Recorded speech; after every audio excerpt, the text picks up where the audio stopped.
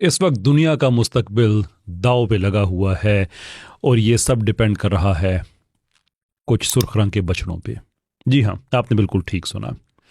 पुरानी सहूनी एक प्रोफेसी है कि जब ये सहूनी लोग वापस आएंगे गज़ा में और जो थर्ड टेंपल है जनाब सलेमान अलैहिस्सलाम का, उसको तामीर किया जाएगा और उसके बाद दुनिया यहूदी हो जाएगी एंड सो फोर्थ। इस तरह की ये प्रोफेसीज उनकी बाइबल में ये मौजूद हैं, उनकी जो मुक़द्दस किताबें हैं तौरात and Talmud and so fourth, जो कि अब मोस्टली ओल्ड टेस्टामेंट का हिस्सा हैं। उसमें ये लिखा है कि बड़े पर्टिकुलर टाइप के कुछ बछड़े होंगे या गायें होंगी जिनकी कुर्बानी के बाद ये सारा कुछ हो चुका होगा। वो रिक्वायरमेंट्स क्या हैं उनकी? वो रिक्वायरमेंट्स ये हैं कि वो सुर्ख रंग के होने चाहिए और सिर्फ सुर्ख रंग के होने चाहिए। उनके जिस्म पे एक बाल भी नहीं होना चाहिए किसी और रंग का। हद ये है कि उनके जो पाँव यानी कि उनके जो खुर हैं वो भी लाल रंग के होने चाहिए, और ये कि कुर्बानी के वक्त उनकी उम्र 3 साल की होनी चाहिए। अब सवाल ये है कि आप ऐसे बछड़े कहाँ से लेके आएंगे? बहुत अरसे से सहूनी ये इस प्रोजेक्ट पे काम कर रहे थे, जगह जगह ऐसे जानवरों को ढूंढ रहे थे कि जो सुर्ख भी हों और इतने सुर्ख हों कि उनके खुर भी साथ सुर्ख हों, और ये कि उनकी एज भी ऐसे मैच कर रही हो कि कुर्बानी के वक्त वो 3 साल के हों। बिलाखिर ये बछड़े उनको मिल गए टेक्सास अमेरिका से, अपेरेंटली मिडल ईस्ट से नहीं, किसी और जगह से नहीं, बल्कि टेक्सास से ये उनको मिल गए। वहाँ पे पाबंदी है कि आप लाइव स्टॉक को एक्सपोर्ट नहीं कर सकते, तो फिर बड़े तरीके से इनको पेट्स यानी कि पालतू जानवरों के तौर पे क्लासिफाई किया गया और वहाँ से उनको एक्सपोर्ट किया गया इसराइल में, जो कि वेस्ट बैंक यानी कि मगरबी किनारे के किसी अननाउन अनडिस्क्लोज्ड लोकेशन पे वो मौजूद हैं। और कैलकुलेट की जाए इनकी एज तो ये तकरीबन अप्रैल 2024 का टाइम बनता है कि मोस्ट प्रोबेबली इनको सेक्रीफाइस किया जाएगा। वाकया क्या है? वाकया ये है कि थर्ड टेंपल उन्होंने बनाना है। कहाँ बनाना है? जहाँ पे मस्जिद अक्सा है। तो मस्जिद अक्सा को गिरा के यहाँ पे थर्ड टेंपल बनाया जाएगा। लेकिन इस वक्त सहूनी अपने मज़हब के मुताबिक ये समझते हैं कि वो अभी पाकीज़गी के उस मयार पे नहीं है कि वो ये काम कर सकें। इसके लिए उनको पाकीज़ा होना पड़ेगा। अब पाकीज़ा कैसे होंगे? उनके मज़हब के मुताबिक ये जो बछड़ों की एक क्वालिटी मैंने बताई है, इन बछड़ों को ज़बह करने के बाद उनको जलाया जाएगा और उनकी राख पानी में मिक्स करके उनसे फिर कुछ सहूनी होंगे जिनको पाकीज़ा किया जाएगा, और फिर वो इस काबिल होंगे कि वो जाके वहाँ पे इबादत कर सकें और अपना जो टेंपल है वो बना सकें। लेकिन ये टेंपल है मस्जिद अक्सा पे। मस्जिद अक्सा की जो एक्सकवेशन है, उसके ज़ेर ज़मीन खुदाई है, ये बहुत अरसे से हो रही है। उसकी बुनियादों को हिलाने के लिए ये कोई ढकी छुपी बात नहीं है, वेल डॉक्यूमेंटेड रिपोर्ट्स हैं इस बारे में। तो अब ये हो सकता है कि मस्जिद अक्सा को गिरा दिया जाए, और ये एक ग्लोबल आउटरेज है। इसलिए मैं वीडियो के शुरू में कहा कि जो दुनिया का अमन है वो इस वक्त डिपेंड करता है इन बछड़ों पे, कि अगर ऐसा हो जाता है तो मस्जिद अक्सा का तो वही मकाम है जो मुसलमानों का किसी भी मुसलमान के दिल में होना चाहिए, यानी कि खाना काबा और मस्जिद नबवी के बाद ये तीसरी मुक़द्दस तरीन जगह है। तो इमेजिन करें कि कल कोई मस्जिद नबवी को माज़अल्लाह खाकम बदहन उसको शहीद करने के लिए आ जाए, या खाना काबा को शहीद करने के लिए आ जाए। ये तकरीबन वैसी ही सिचुएशन है। तो अगर इसको शहीद कर दिया जाता है तो फिर मुसलमान क्या करेंगे? खामोश रहने का ऑप्शन नहीं बचेगा। It could be a global outreach.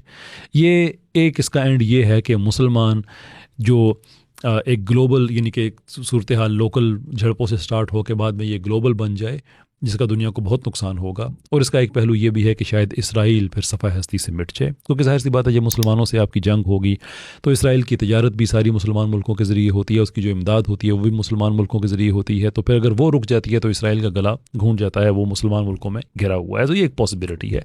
दूसरा ये है कि मुसलमान हुक्मरान उसी बेगैरती का सबूत दें जिसका दे रहे हैं। मैं आमतौर पर ऐसे अल्फाज इस्तेमाल नहीं करता, लेकिन जब आप हज़ारों बच्चों की उनकी शहीद हुए जिस्मों पे आप देख रहे हैं कि उनको गलियों के कुत्ते भंभोड़ रहे हैं, तो फिर आप तहजीब को सस्पेंड करना पड़ता है। ये बेगैरती है जो हमारे हुक्मरान कर रहे हैं। दूसरा ये है कि फिर कुछ ऐसा हो जाए, और अगर ऐसा हो जाता है तो उसके बाद मुसलमानों की हैसियत दुनिया में ज़ीरो रह जाती है ना। आप आर्गू कर सकते हैं कि इस वक्त कौन सी बड़ी अच्छी है, लेकिन इस वक्त एटलीस्ट कुछ ना कुछ हमारी रेलेवेंस रह जाती है। लेकिन अगर ये हो जाता है तो ये रेलेवेंस भी ख़त्म हो जाती है।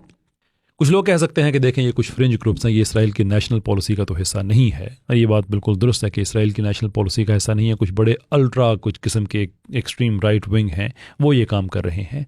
लेकिन ये थियोरी اس حوالے سے ڈاؤٹ میں پڑ جاتی ہے کہ جیسے میں نے آگے کہا کہ امریکن قوانین کے مطابق تو یہ ایکسپورٹ ہو ہی نہیں سکتے تھے، تو یہ کیسے ممکن ہے کہ کچھ صہیونی اور کچھ عیسائی گروپ، پرائیویٹ گروپس، وہ قانون کو اس لیول پہ مینیپولیٹ کریں کہ ان کو پالتو جانوروں کی کیٹیگری میں ڈال کے یہاں پہ ان کو لے آیا جائے؟ کچھ نہ کچھ تو اس میں حکومت کا حصہ ہو ہی گا، ادروائز تو یہ ہو ہی نہیں سکتا۔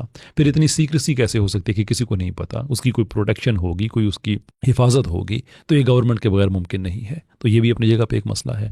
پھر تیسری چیز اس میں بہت اہم یہ ہے کہ اس میں جو عیسائی شامل ہیں، کچھ ایونجیلیکل کرسچن جس میں شامل ہیں، وہ بذات خود ایک پریشانی کی بات ہے۔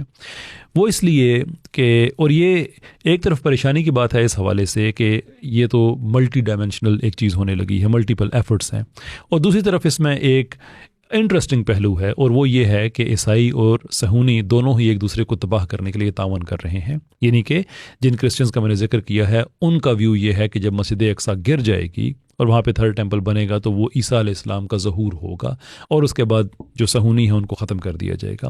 اور جو صہیونی ہیں ان کا خیال ہے کہ نہیں، وہاں پہ جو باقی دنیا ہے انکلوڈنگ عیسائی، یہ سب ختم ہو جائیں گے، یعنی کہ سارے کے سارے ان کی آئیڈینٹی ختم ہو جائے گی، اور یہ سارے کے سارے اہل یہود میں آ جائیں گے۔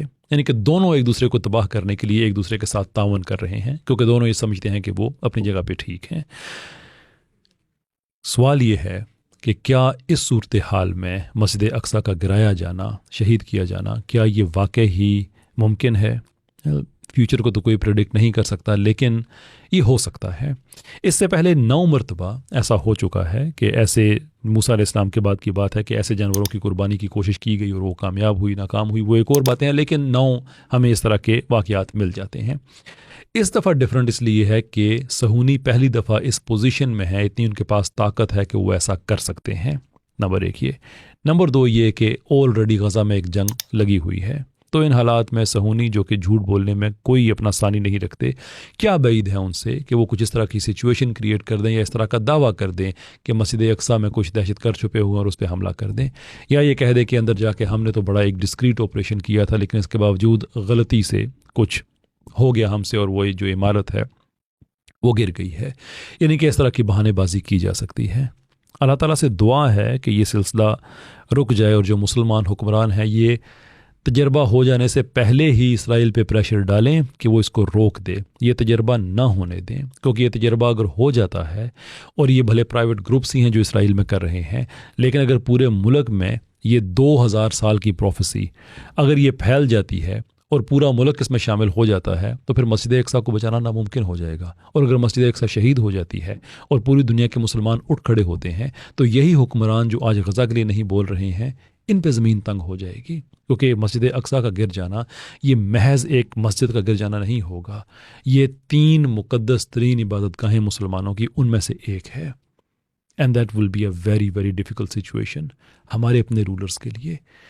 اس ساری سچویشن کو بچانے کا، اس سے بچنے کا ایک ہی طریقہ ہے کہ اسرائیل پہ میکسیمم پریشر پہلے ڈالا جائے کہ آپ کی تجارت، آپ کی امداد، سب کچھ روک دیا جائے گا اگر یہ کام ہوا۔ ادروائز دنیا میں کس لیول کا بلوا ہو سکتا ہے، اللہ ہی بچائے اس سے۔